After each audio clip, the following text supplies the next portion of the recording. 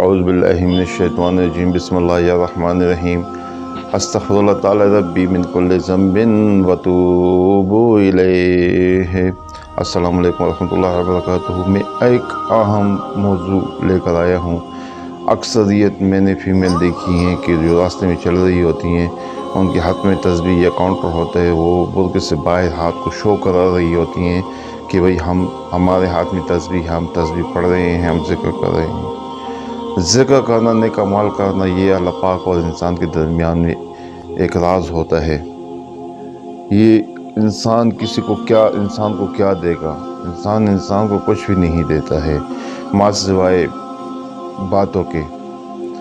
بعض عورتیں ایسی ہوتی ہیں اور جو اولڈ فیشن جو برقعے ہیں وہ پہنے ہوتے ہیں، رشکے میں بیٹھتی ہیں۔ اس میں یہ ایک موضوع میں نے دیکھا ہے، سنا ہے، تو میں نے کہا کہ چلو یہ پشتو کا موضوع ہے، اس کو اردو میں کنورٹ کرتا چلو، یہ لوگوں کو گزار ہو کہ لوگوں کو پتہ چلے کہ ایسے لوگ ہیں جن کو پشتو بالکل بھی نہیں آتی۔ تو میں نے کہا چلو اس کی ٹرانسلیشن کرتا چلوں۔ تو ایک بیان میں سن رہا تھا پشتو کا، تو وہ جو مولوی صاحب بیان کر رہا تھا کہ جب عورت کے رشکے میں بیٹھتی ہے تو پھر برقعہ کیا ہے، پلو ہٹا دیتی ہے، بالکل منہ ننگا ہوتا ہے، اور پھر تسبیح لے کر کرتی ہے، شروع ہو جاتی ہے، تسبیح پڑھنا شروع کر دیتی ہے۔ بہن، بات ایسے ہے کہ تسبیح نہ پڑھے، راستے میں تسبیح نہ پڑھے، ہرگز ذکر نہ کرے، کوئی بات نہیں ہے، لیکن یہ جو منہ ہے نا، یہ جو چہرہ ہے جس سے آپ نے یہ پردہ اٹھایا ہے، اس کو ڈھانپ ہی لو تو اچھا ہی ہوگا، کیونکہ یہ سب گلی محلے کے لیے یا گھر والوں کو دکھانے کے لیے یہ نہیں ہے کہ میں ستر کرتی ہوں، بلکہ یہ بھی اللہ اور انسان کے درمیان میں اور فیمیل کے درمیان میں یہ معاملہ ہے۔ اپنے چہرے کو نہ ہی دکھائیں تو اچھا ہے غیروں کو۔ یا دکان میں جاتی ہیں، ہاتھ میں تسبیح ہوتی ہے، پھر وہی بات آتی ہے کہ پھر منہ سے برقعہ ہٹا دیتی ہے، بھائی یہ کتنے کا ہے؟ 10 دے، یہ کتنے کا ہے؟ نہ کرنا، 10 کو نہ کرنا، یہ ایسے تو نہیں نا، خے پیسے وہ لگوا، لگ پیسے کم کا، قیمت کو تھوڑا سا کم کرو، پھر اس قسم کی باتیں ہوتی ہیں۔ دیکھیں، کوئی بھی کسی کا بھائی نہیں ہوتا ہے، کوئی بھی کسی کی بہن نہیں ہوتی ہے، سب دینی لحاظ سے سب بہن بھائی ہیں، ٹھیک ہے، لیکن پھر یہ مناسب نہیں ہے کہ ہم لوگ کیا چہرے فیمیل کے اپنے چہرے سے برقعے کو ہٹائے اور اس کو مطلب کہ سودا کرنا ہے، جو سودا کرنا ہے، جو بھی چیزیں خریدنی ہے، نقاب اوڑھ کا، برقعہ پہن کا، صحیح طریقے سے جو اسلامی طریقہ ہے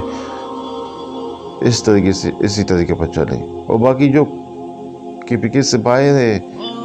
وہ تو پھر ہے ایک ایسا ماحول ہے کہ امپاسبل سی بات ہے کہ ان کو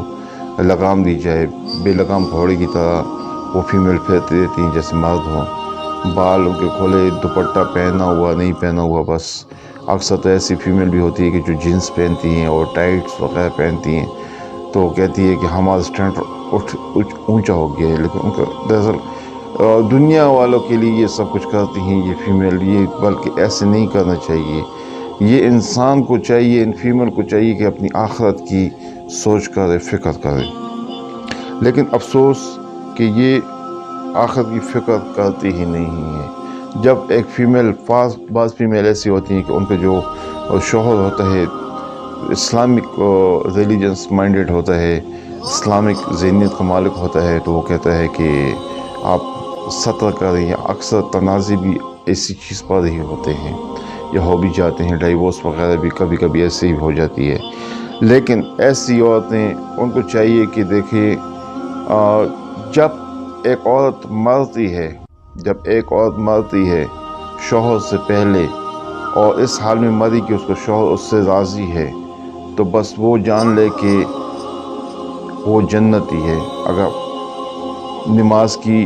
تلاوت کی، ذکر اذکار، نیک اعمال کی پابند ہے، اور ان کے اچھے اخلاقیات کی مالک ہے، اور اس کو اگر شوہر بخش دیتا ہے تو اس کو اللہ تعالیٰ بھی پھر بخش دیتا ہے۔ اور دوسری بات یہ ہے کہ اگر شوہر، اس کے برعکس میں بات کرتا چلوں کہ اگر شوہر ناراض ہے اور فیمیل مر گئی ہے، شوہر سے پہلے اس کی ڈیتھ ہو گئی ہے، اور شوہر اس کو نہیں بخشتا، اس سے ناراض ہے، تو یقیناً نماز کے باوجود، ذکر تلاوت کے باوجود جہنم کا ایندھن بنے گی، یہ میں شیورٹی دیتا ہوں۔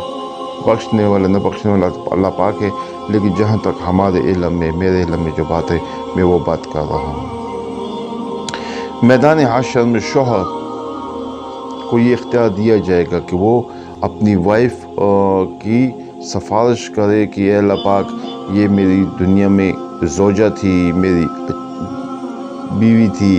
نیک تھی یا اچھی تھی، اے اللہ پاک بس اس کو بھی بخش دے تاکہ ہم دونوں ایک ساتھ جنت میں